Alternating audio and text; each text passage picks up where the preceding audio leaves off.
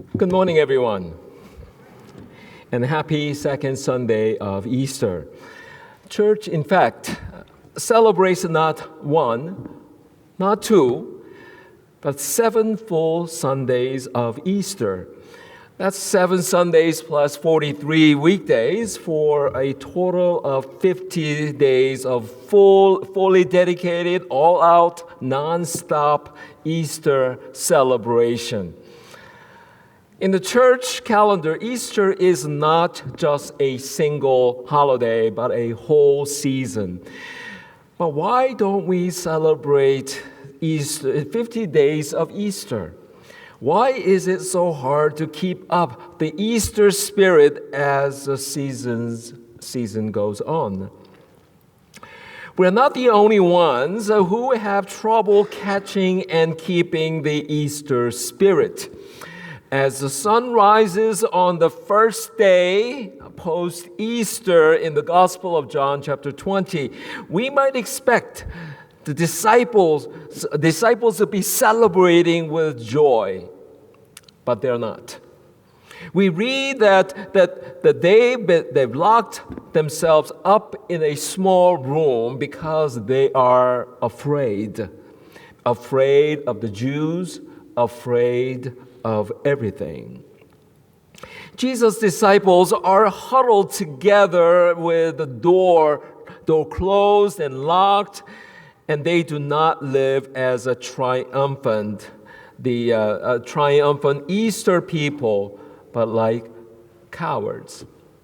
The disciples have gotten a bad reputation for their post-Easter behavior, especially poor Thomas, who have been somewhat unfairly labeled, what? Doubting Thomas for all of Christian history.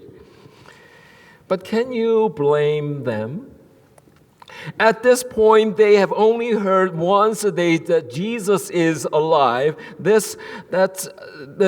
heard from Mary Magdalene, who has been running all over the town talking about an empty tomb and a dead man walking. Who would believe that? Would you have believed that? Would you have believed the story of Easter the first time around? This year I celebrated my 56th Easter, and I have lived and relived and heard and reheard this Easter story every year, and have to confess, I still have trouble understanding everything. You have lived through a few more or maybe a few less Easters, and then you may still find the whole idea difficult to swallow. It is not an easy thing to believe, and it is a lot to take in then or now. Disciples are a lot like us, skeptical, practical, sensible. In fact, they tend to be a bit thick-headed. And then these are mostly fishermen, after all, blue-collar, working-class people. So it is no wonder that after hearing Mary Magdalene's witness, they don't believe it right away.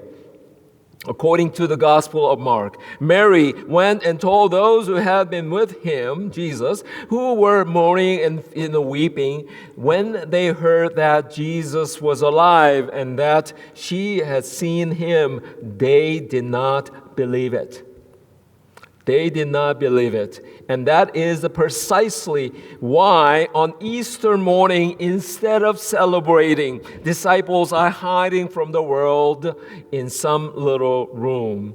Then the disciples are huddled together, making sure that everyone and everything stays away.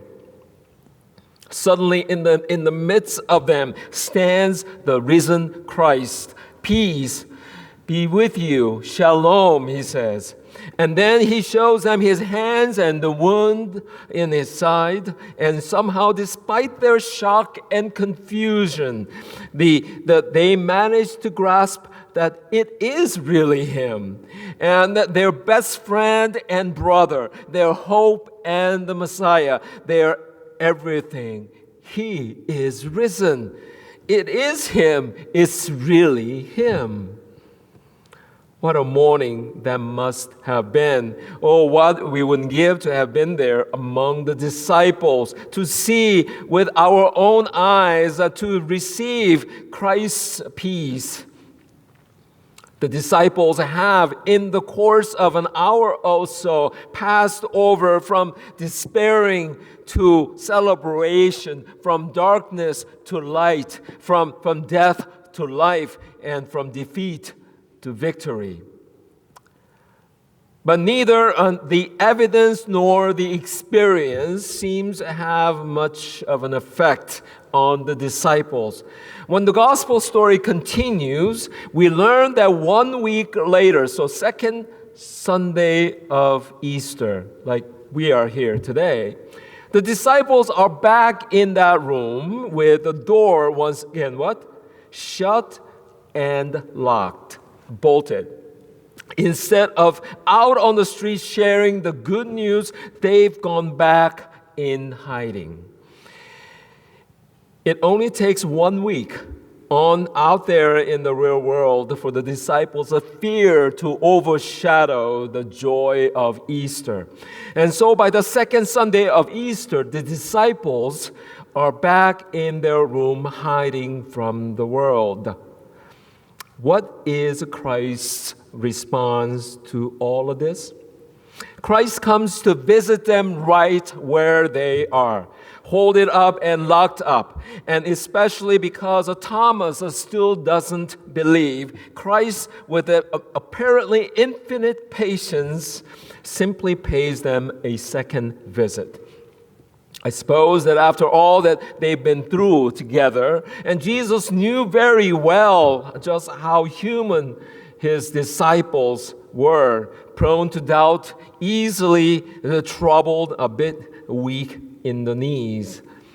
Christ loved his disciples. Jesus loved his disciples even when they are paralyzed by fear and disbelief. He loves them enough to come back for doubting Thomas, to come back for the one who doesn't believe, loves them enough to personally come and be with them in their fear, not just once, but twice. He loves them enough to give them chance after chance to become the people of great faith. Indeed, the very foundation of the church that He has ordained them to be. The disciples don't deserve a second visit by Jesus, but they got one. Jesus comes and comes again to His trembling disciples. Week after week, He shows up in the space of fear and doubt and stretches out His wounded hands, full of mercy, to invite them to believe. Now, this story sounds familiar to me. You and I, we have heard the Easter story more times than the disciples have, probably more time than we can count. And yet, no matter how many times Easter rolls around, there is some voice of doubt that continues to say, really? Risen from the dead? Really? And the week after week, Easter after Easter, the Son of God walks into our midst. He comes right through the door and without bothering to knock and not even noticing the door is thick and heavy. Every week, the living Christ walks in here, walks right into the thick of our fear and trembling and says, yes, really, I am really alive. Christ's unlimited love and Christ's refusal to let our doubt get in our way of a relationship with Him. This is the good news for the trembling people of God on the second Sunday of Easter. But that is not the end of the story. The plain and terrible truth is that by this time next week, some of us will be back right where the disciples have been, hiding our faith behind the closed door, trembling in our fear, our Easter enthusiasm already fading fast. After all, we too are merely human. We are slow to believe and quick to doubt.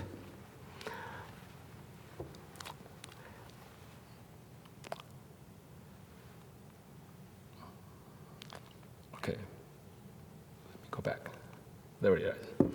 Saving Private Ryan is a 1998 American epic war film set during the invasion of Normandy in World War II, directed by Steven Spielberg. It was after the Omaha Beach assault of June 6, 1944. United States Army Rangers, Captain John H. Miller, played by Tom Hanks, and a squad are sent to search for a paratrooper, Private First Class James Francis Ryan, played by Matt Damon, who is the last surviving brother of 4 servicemen. In the pursuit of saving Private Ryan, a number of the company, including Captain Miller, that came to get Ryan, died. It doesn't make sense. It doesn't make sense of why sending all those people, risking everyone's lives, only to save one private. It doesn't add up. And why did they even go?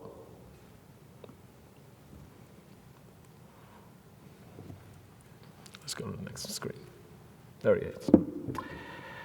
And for Jesus, he had only one thing in mind when he returned to his disciples: to save Thomas. But it was actually more than saving Thomas. He returned to save all his disciples from fear and doubt. And he comes to us for the same reason. According to the John's Gospel, we can depend on the fact that when we begin to doubt and fear, whether this week or next week or a decade from now, the risen Christ will not stay away from you. You can put as many locks and deadbolts on the door as you like, but the risen Christ will come to you anyway. He walks right in the midst of us, and with arms outstretched, bearer of peace, conqueror of death, and the champion of heaven. He promises to come and to come again, and one more time and another time after that, as many times as it takes. As long as you and I have need, he comes, the risen and glorious Christ, forevermore, world without end. Alleluia and amen.